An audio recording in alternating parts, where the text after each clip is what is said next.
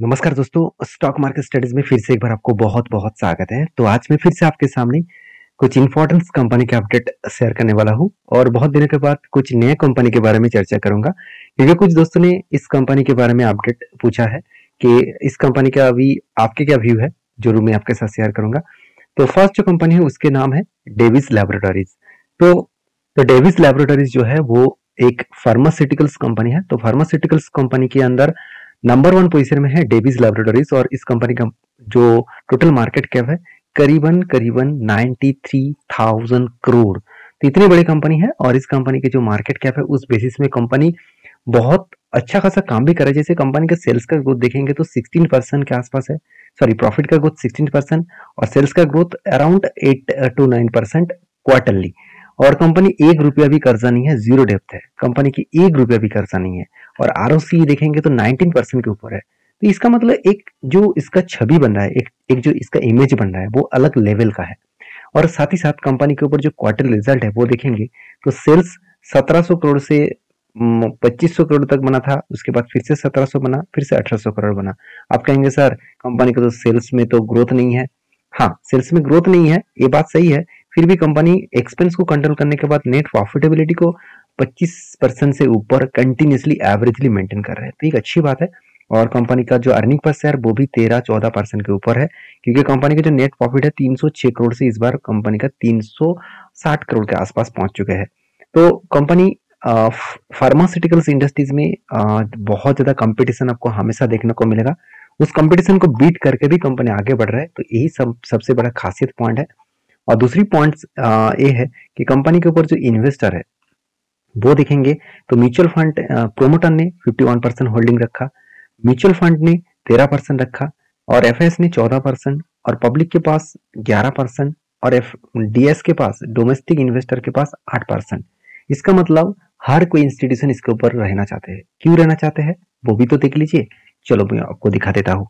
तो देखिए यहाँ पे जो टेक्निकली चार्ट पैटर्न्स बना, तो बहुत दिनों के बाद यहाँ पे क्या बना, यहाँ पे एक शोल्डर, फिर से एक बार शोल्डर बना, उसके बाद फाइनली एक हेड बना और उसके बाद एक शोल्डर बना। और देखिए शोल्डर बनने के बाद यहाँ पे क्या हुआ, ब्रेकआउट हुआ। मगर ब्रेकआउट होने के बाद इस ब्रेकआउट के ऊपर मुझे एक क्लोजिंग कैंडल चाहिए था, तो क्लोजिंग कैंडल तो बना नहीं, तो इसलिए मैंने एंट्री नहीं लिया। और मैं इंतजार किया कि जब तक यहाँ पे रीबैक करेगा, जब तक ना इस रीबैक करे, जब तक और एक शोल्डर ना बने, तब तक मैं एंट्री नहीं लूंगा, क्योंकि हमेशा रूल्स को फॉलो करके चलना चाहिए। तो मैंने इस कंपनी के ऊपर वीडियो इसीलिए नहीं बनाया क्योंकि कोई भी पैटर्न अभी तक कंप्लीट नहीं हुआ। तो देखिए अभी मैं आपके साथ शेयर करूँ कि शोल्डर कम हेड कम फिर से दो बार शोल्डर बनने के सिचुएशन बनता हुआ देखने को मिला है। अगर इसको कंप्लीट करे तो एक ब्रेकआउट मिलेगा और इसके बाद एक लंबा जर्नी देखने को मिल सकता है। अगर इसका ब्रेकआउट हुआ तो कहाँ तक टारगेट बन सकता है। मजेदार बात यही है कि इसका जो टारगेट निकल कर है, ये जो रेंज है, इस रेंज को मैंने मार्किंग किया और ऊपर बिठा दिया, तो जो टारगेट निकल कर है करीबन 29%, जो इसका लाइफ टाइम हाई के नीचे बन रहा है। तो एक पॉसिबल जो मतलब एक प्लस पॉइंट है कि कंपनी जब ब्रेकआउट करेगा तो एक अच्छा खासा लेवल में टारगेट होने का चांसेस है। बाकी इस कंपनी के ऊपर अगर एक चीज नोटिस करेंगे कि कंपनी का बैलेंस शीट क्या बता रहा है, रिजर्व 2000 करोड़ से 12,000 बना, मतलब देखा जाए तो 5 टाइम्स 6 टाइम्स बढ़ चुके हैं। और कंपनी का बोरिंग्स एकदम जीरो है और कंपनी का फिक्स एसेट भी बढ़ता हुआ देखने को मिले और खुद के बिजनेस को वो लगातार कंपनी पैसा लगाते चले जा रहे हैं। तो ये सारे पॉइंट्स कंपनी को आगे बढ़ने के लिए काफी है। बाकी इस कंपनी के ऊपर आपके क्या ओपिनियन है जरूर कमेंट्स करना। तो जब ब्रेकआउट होगा, जब मैं खुद एंट्री लूंगा तो मैं आपके साथ भी शेयर करूंगा।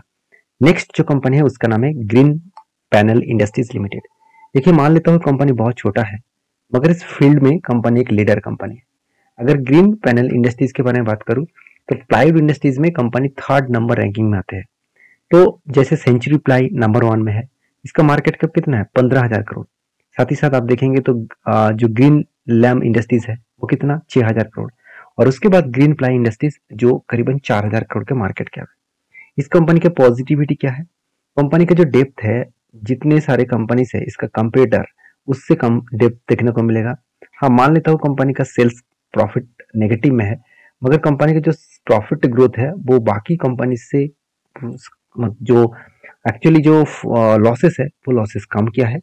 इतना कम किया, चलो मैं आपको दिखा देता हूँ।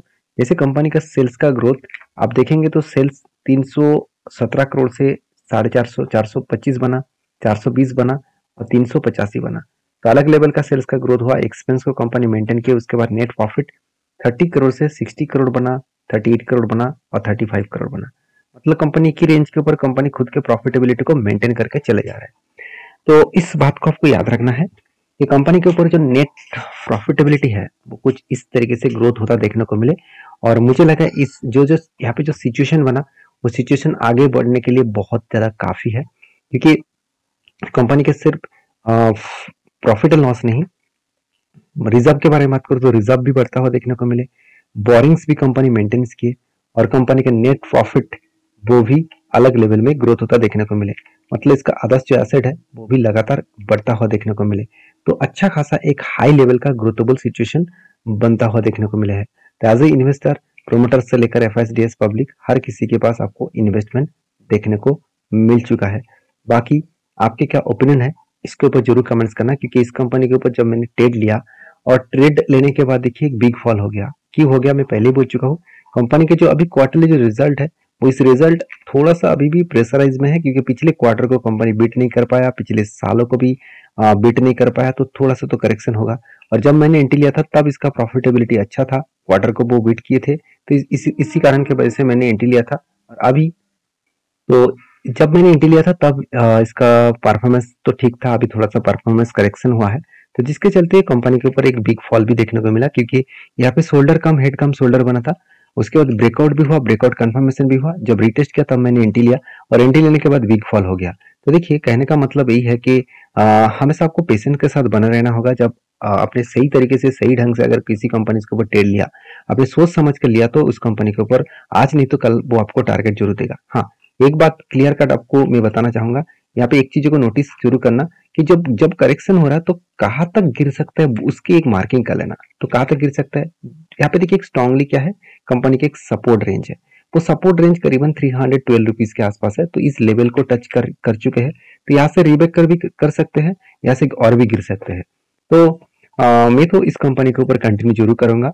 आप किस तरीके से सोचते हैं इस कंपनी को जरूर मुझे कमेंट्स करके बताना। अगर कंपनी आपको ब्रेकआउट करके इस लेवल तक गए, हाई लेवल तक 540 लेवल तक, तो इसका 35% के आसपास टारगेट मिलने का चांसेस है। बाकी नेक्स्ट कंपनी जो है उसका नाम है भारती एयरटेल। देखिए इंडिया में टेलीकॉम इंडस्ट्रीज में दो ही प्लेयर मार्केट में छा चुके हैं, एक एयरटेल और दूसरा रिलायंस जियो।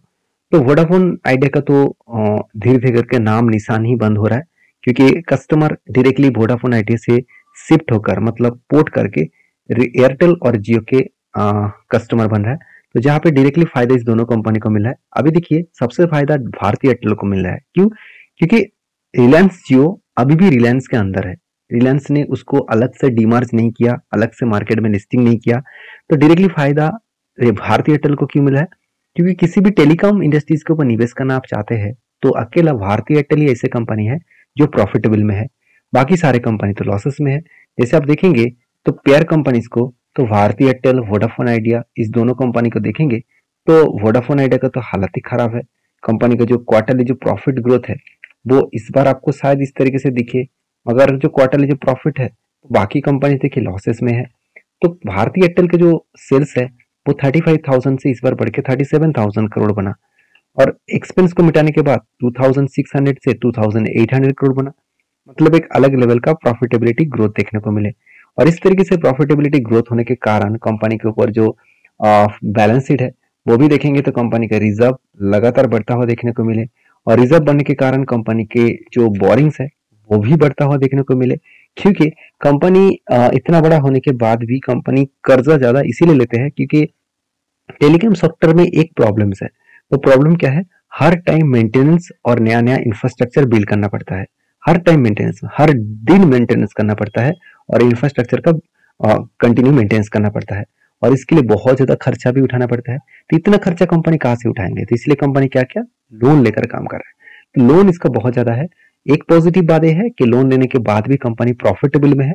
तो जब कोई कंपनी प्रॉफिटेबल में होगा लोन लेने के बाद, तो उस कंपनी का ग्रोथ होने का चांसेस बढ़ जाते हैं। बाकी इस कंपनी के ऊपर, मैं इस कंपनी के ऊपर बुलिश इसीलिए हूँ क्योंकि कंपनी बहुत बार एंट्री लेवल दिया, बहुत बार मतलब बहुत बार, और फाइनली फिर से यहाँ पे एक छोटा सा एंट्री लेवल मिला था अराउंड कफ विद 100% मिला था, 7% के आसपास टारगेट था।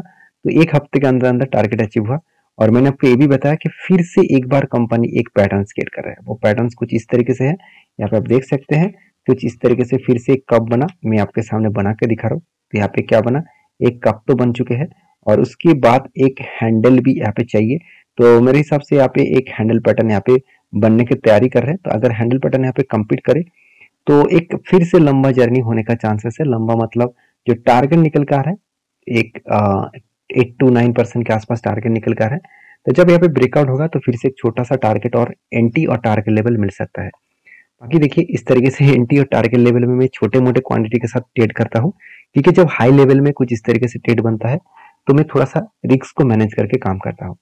बाकी आप किस कंपनी को किस तरीके से देखते हैं जरूर कमेंट्स करके बताना। और नेक्स्ट जो कंपनी उसका नाम है कोलाब क्लाउड प्लेटफॉर्म्स लिमिटेड। तो कोलाब क्लाउड प्लेटफॉर्म्स लिमिटेड एक छोटा सा कंपनी है, 193 करोड़ की कंपनी है। और इस कंपनी के जो प्रॉफिट एंड लॉस है, बैलेंस शीट है, उसके बारे में बात करूँ तो बोनस के बारे में बात करूँ तो कंपनी इसके एक्स्ट्रा बेनिफिट कंपनी देने वाले हैं। 19 तारीख को हर एक के बदले एक सर आपको बोनस मिलने वाले हैं। तो जो लोग बोनस पाना चाहते हैं तो इस कंपनी के ऊपर स्टडी करिए, उसके बाद काम करिए। और वीडियो में जानकारी अच्छा मिले तो प्लीज लाइक करिए। तो मिलते हैं नेक्स्ट वीडियो में, तब तक के लिए